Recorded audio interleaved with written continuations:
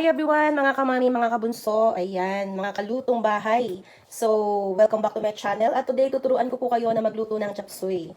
So, ayan, as you can see guys, ito yung mga ingredients na kailangan natin.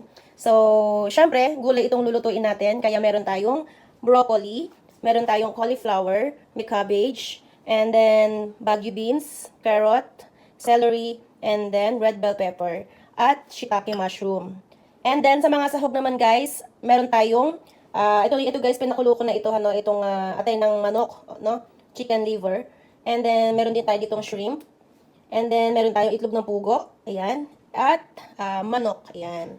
I choose na gamitin yung leg part, no? Yung leg part ng manok kasi hindi ko makain ng breast part yung mga kasama ko sa bahay, guys, no? So, ayan, guys. And then, ang ingredients lang natin na kailangan dito ay, ayan. Unang-una, syempre, meron tayong bawang, sibuyas, no? Igigisa lang natin siya sa bawang at sibuyas. And then, syempre, ang pantimpla natin, guys, ay meron tayong patis, no? Lalagyan din natin siya ng fish sauce, no? Patis. And then, lagyan din natin siya ng konting salt and pepper. Yan. So, ito yung mga ingredients natin. At tara na, umpisahan na natin magluto ng masarap nating chop suey. So, guys, bago tayo nga pala magisa ng ating bawang at sibuyas, papakuluan muna natin konti, half cook itong ating broccoli. No? Kasi sa ating experience, pag ito ay nilagay natin agad, parang nadudurog siya. No? So, papakuluan muna natin, guys, no? Papakuluan muna natin itong broccoli natin, pero half cook lang. So, eto guys, gagamit tayo ng Alaska Evaporada. So, this is not my sponsor. So, baka naman, Alaska. Ayan. So, Evaporada milk.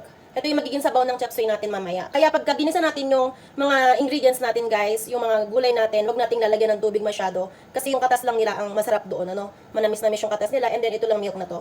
So, ayun, hintayin lang natin kumulo itong tubig, tsaka natin iuhulog yung ating broccoli para hindi siya malabog, and then hahanguin din natin agad. Siguro mga konting minuto lang, tansya-tansya lang, guys. So, para hindi malabog yung broccoli natin. So, ayan, guys, as you can see, kumukulo na yung tubig natin, kaya ilalagay na natin yung ating broccoli. Ilugin natin to. Kinuntian ko lang yung tubig talaga po para, kumbaga, parang ini-steam lang natin siya. No? And then, bibilingin na lang natin mamaya. Ayun. Para pag kumulo siya, biling lang natin yung gulay and then, hanguin na natin mamaya.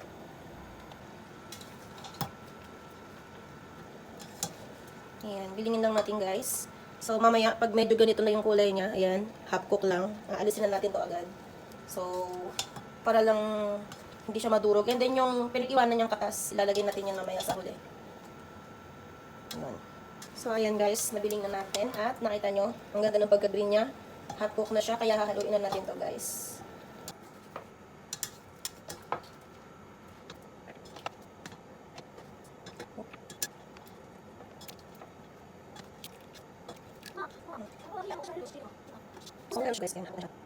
So, ayan guys, tinabi ko yung ating pinagpakuluan at mamaya, medyo lalagay natin siya konti-konti lang. And then, ito din yung aking chicken stock kanina. Ayan. So, ngayon naman guys, magigisa tayo ng bawang at sibuyas at saka yung ating mga sahog. So, ayan guys, mainit na yung ating lutuan. Kaya maglalagay tayo ng konting mantika. Okay. And then, una natin gagawin guys, based on my experience, pagka kasi pinagsabay-sabay natin yung uunahin natin yung manok, maaaring medyo titigas na masyado itong ating shrimp. Tsaka, kaya uunahin natin siyang ipirito. Ayan. Unahin natin siyang isotay ng konti lang. Ayan. And remember guys, i-dry muna natin mabuti yung ating sisiliputin kasi tulad yan, na tawag doon, matilampit siya. Ayan.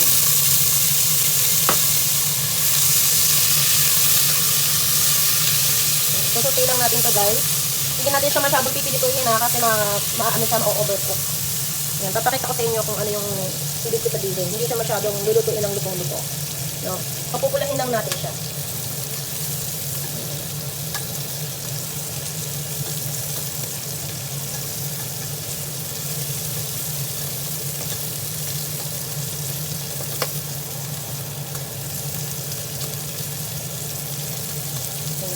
Actually, isang supot yung shrimp na binili ko guys, pero konti lang inilagay ko. Kasi, first time ko maglalagay ng seafood. Ayan. So, ayan medyo napipiri-pirito na siya ng konti.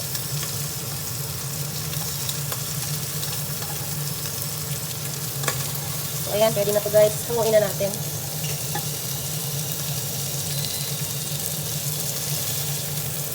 Dahil medyo luto-luto na siya, hanguin natin.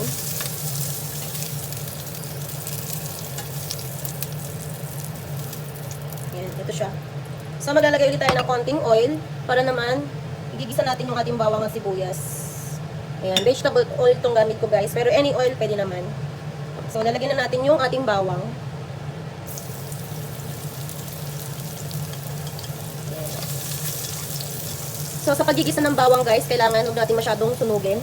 Medyo golden brown lang, ano? Yung medyo mag-brown-brown lang ng konti. No? So, okay na yan kasi vegetable to. Lagyan na natin yung sibuyas. Yan.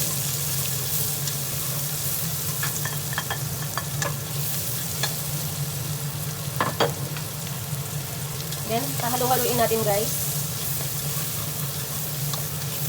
Ayan. Hintayin lang natin ha. Medyo lumambot ng konti yung itsura ng ating sibuyas. Saka natin isusunod yung ating manok. Para siya ay gisahin. Ito yung tinatawag na sangkutsa guys, no? Magigisa ka ng bawang sibuyas. Tapos ilalagay mo yung chicken mo. After na, lumambot yung ating sibuyas, no? Wait lang guys, ayusin ko lang yung ating camera. Taas ko pa ng konti para mas makita nyo. Ayan. So, ayan na, malambot na yung ating sibuyas, as you can see. Kita nyo ba guys? So, ilalagay na natin itong ating manok. Ayan. Thai part nga pala to guys, kasi hindi ko makain ng best part yung mga kasama ko sa bahay. Kaya, ito yung nilagay ko kasi ayaw nila ng matigas na karne. Ayan. So, hintayin lang natin din na medyo mag-golden brown itong ating karne. O medyo maluto-luto siya guys, no? Ito yung tinatawag na sangkot siya. Tandaan nyo guys, hindi yung basta napapanood natin sa YouTube na nilagay lahat, agad-agad nilalagay lahat. So, kailangan mo talaga may pasensya ka sa pagluluto kasi yun ang sikreto ng masarap na pagkain, no? Yung marunong kang maghintay. Kailangan kasi guys, lumabas yung kanyang katas, no? Parang ganyan, no? Yung medyo maluluto-luto siya na ganyan. Kasi pag ito guys, bigyan ko lang kayo ng tip guys, no? Sa mga hindi pa marunong magluto. Pag yung chicken, lalagay nyo lang, yan. Pag ganyan, nilagyan nyo na ng kung anong-anong sahog o panglasa. Malansa yan guys, no? Tsaka makunat pa yung chicken niya. Kaya kailangan, halu-haluin natin ganyan para mapirito siya, no? Pantay yung pagkabisa niya, no? Ayan. Kita nyo guys, so ayan yung itsura niya, oh. Diba? Ayan. So ayan guys, sa part nga pala na to, hindi kailangan yung basta ganyan lang siya. So dahil tight part yung ating karne, kailangan talaga guys ay medyo pirituhin natin siya ng konti sa ating ingrediente, no? Kasi malansa, no? Malansa yung karne pagka hindi natin naluluto ng maayos. And then, yung, ayun nakikita nyo, may katas na siya. Ayun, oh. Yung katas na yan ang magiging sarap ng ating gulay pag nilagyan na natin yung gulay. So, lutuin pa natin ito ng konti guys para mas okay. So, ito guys, medyo luto na siya. Yan. So, you can see, lumabas na yung kanyang katas. At tingnan nyo mabuti yung karne natin, no? So, kahit wala na siyang gulay, lagyan mo lang pa ng salt and pepper at patis, meron ka ng ulam. Pero, ayan, naluto na natin yung ating chicken. Lalagyan natin ng konting salt and pepper. Ayan. Konting salt and pepper. And then, konting patis. Ayan. Maglalagay tayo ng konting patis. Ayan. Lagay ako ng dalawa nito. Ayan. Sa pagluluto guys, tandaan nyo, tansya-tansya pa rin, no? Mas maganda yung konti-konti lang muna sa una para pwede naman tayo magdagdag, no? So, dahil medyo marunong-runong na ako magluto, tansyado na natin yan. Ayan. So, ayan. Naglalagay din ako guys ng konting bechin. Konti lang naman. Ayan. Isang tak-tak lang. Ayan. After natin maglagay ng patis, salt and pepper, iuhulog na natin itong ating carrots. No? Yung carrots yung ilalagay natin guys. Kasi ito yung medyo pinakamatigas sa mga gulay. No? Ayan. Haluin lang natin.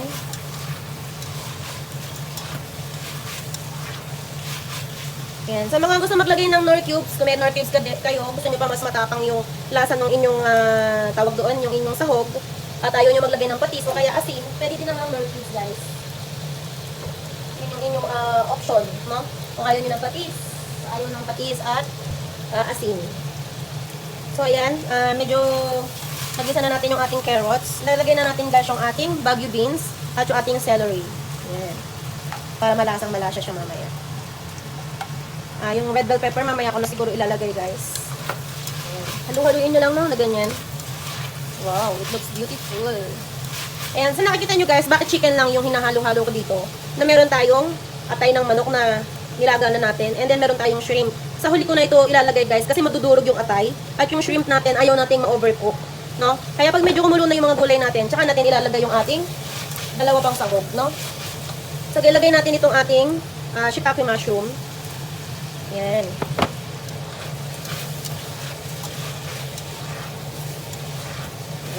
Bakit ko ito hinahalo-halo guys? Kasi yung ingredients natin, magsisync yan lahat doon sa ating inilalagay na gulay. No? So, ilalagay na natin guys itong ating cauliflower. Ayan, as you can see, ilalagay na natin siya. Kasi, gusto natin siyang maluto-luto na kahit paano. Ano? Pag lang masyadong sobra-sobra. Ayan. Mamaya ko pa ilalagay yung ano guys, tandaan nyo. Mamaya pa natin ilalagay yung broccoli natin kasi na-half cook na natin nung kanina. No? Ayan, kuha ko ng isa pang support. Ayan, panghalo natin. Ayan. Para yung kanyang lasa guys ay sumama dito din sa cauliflower natin. Ayan, haluin lang natin ng ganito. Ayan.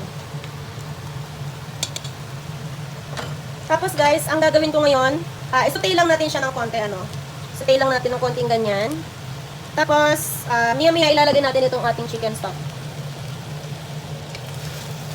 Napakadali lang magluto guys. Alam niyo ba ako, isang probinsyana at lumaki sa hirap. Syempre, wala naman kayo masyado niluluto nung araw no? Dahil mahirap nga ang buhay. So, pero bakit ako natuto magluto? No? Pag nasa puso mo kasi guys, na gusto mo mapakain ng masarap yung pamilya mo, gagawa at gagawa ka ng paraan para matuto mo magluto. No? Napakadali lang naman guys, basic. Magigisa ka lang lagi ng bawang, sibuyas, kung tinola yan or mga isda, syempre may luya, yung ganun. So, ayan, lagyan na natin yung ating chicken stock. Ayan. Tapos, takpan lang muna natin to guys, no? Ayan. Tatakpan lang muna natin to ng konti para yung kanyang chicken stock ay maluto ng konti itong cauliflower natin in half cook. Ayan. And then, paglipas ng ilang minuto, babalikan natin to. So, ayan guys, buksan na natin at medyo na-steam na siya. Ngayon, bibilingin uli natin siya. Ayan. Medyo nalanta-lanta na yung ating cauliflower.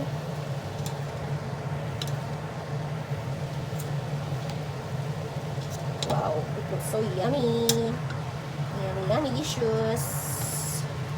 Ayan, konti pa guys. Tignan nga natin. So, ayun. So, ayan guys, nabiling na natin siya. Lagyan lang natin ng konting katas ng broccoli. Konti lang guys kasi lalagyan pa natin siya ng evaporada mamaya. Ayan. So, ilalagay ko na rin guys yung ating shrimp para lumasa siya. Ayan. Wow. Diba? Daming sahog. Gulay. Gulay mode tayo pero super delicious. Sa dami ng sahog niya. So, ayan. Ito lang ang hirap guys. Bakit ako nahihirapan magbiling? Kasi, hindi pa ako nakakabili ng pang IH na ito yung lutuan. Dito kasi sa Japan guys, merong gas at IH. Yung IH is electric. So dati yung aking, nagpalit kasi kami ng kalan. So ngayon, yung dating gas na pang kaserola, hindi siya pwedeng gamitin. Kaya ito lang ang meron ako. Kaya ayan, medyo masikip. So ngayon guys, ang gagawin ko ay ilalagay ko na rin itong ating cabbage. Actually, madami siya eh. Problema ko ngayon tuloy kung paano ko siya lahat ilalagay. Ayan ano. Tapos may broccoli pa tayo. So siguro, konti-konti na lang muna. Ayan. Pwede naman itong itira mamaya. No? So, ayan. Mamaya na lang din yung broccoli natin para hindi madurog.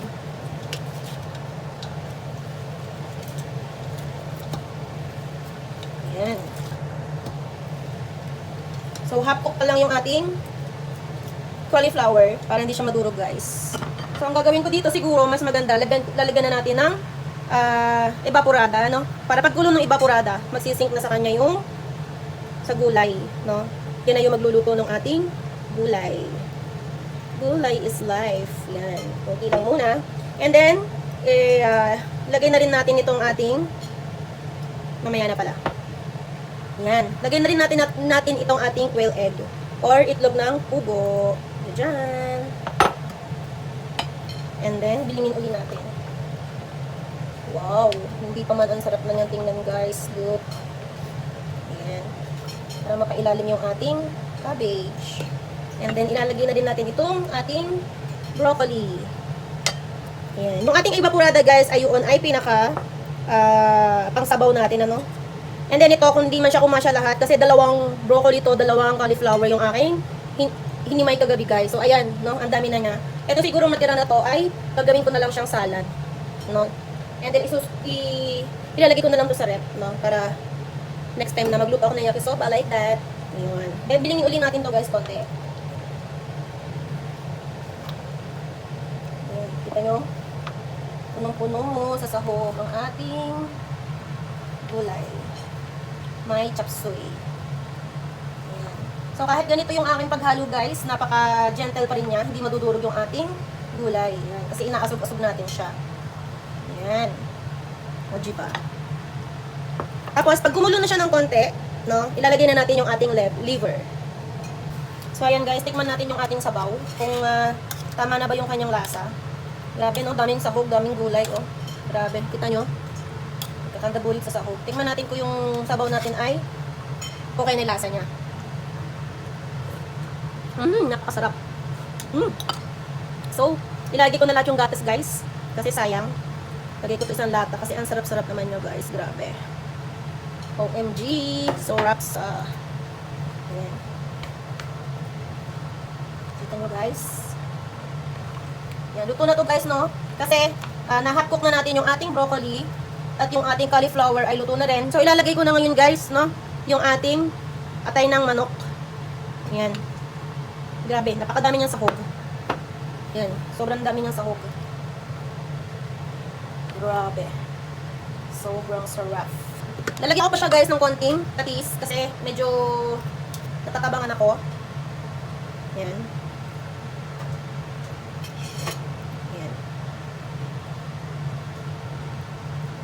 Yun. Yan o. Grabe o. Ang ganda ng itsura ng ating yan o. Yung ating chop suey. O diba? Nakalimutan ko palang ilagay yung ating bell pepper. Ayan. Okay lang yan. Pampakulay. At bilingin uli natin para yung patis na nilagay natin ay mapunta sa ilalim. Ayan. Grabe. Tingnan nyo naman guys. O daming ano, sahog. Diba?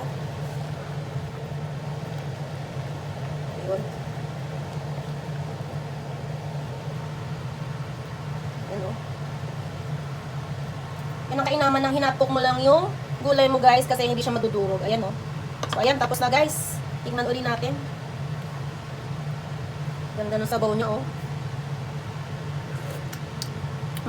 Sobrang sarap. Sobrang yummy, delicious. So ayan guys, luto na to. At hindi na natin to masyadong papakuluin. Kasi mau-overcook na, no? Mau-overcook na yung ating gulay. So, tikman uli natin, guys. Oh, grabe, oh. Oh, may chicken, may atay, may quail egg. Tikman po natin. Kain po.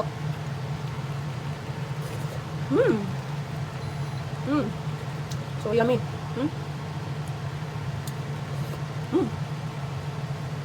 Harap.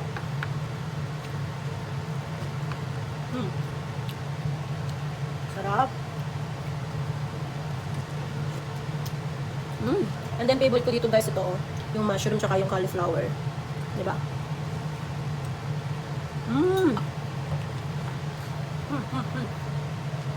So ayan guys, sasambak na tayo ng ating chop suey. Wow, sarap.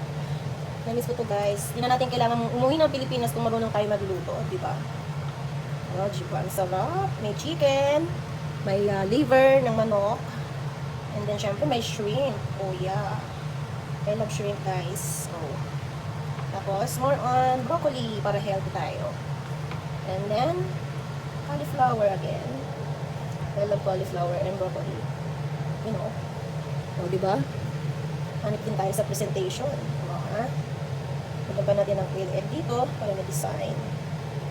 Ayan. Then, kuha tayo ng sabaw, guys. Kuha tayo ng soup ng ating wow, so delicious. Ayun, oh.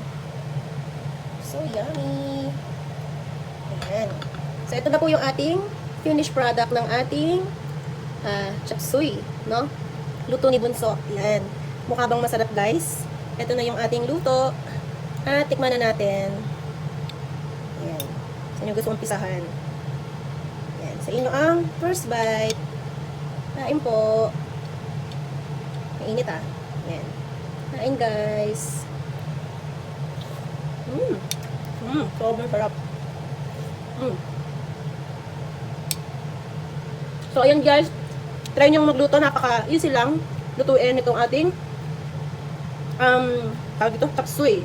So, hope you like this video guys. And sa mga hindi pa nakasubscribe, yan, huwag nyo kalimutan mag-subscribe dahil magluluto pa ako ng iba pang putahe na gusto nyong lutuin. At i-request nyo lang dyan sa comment section.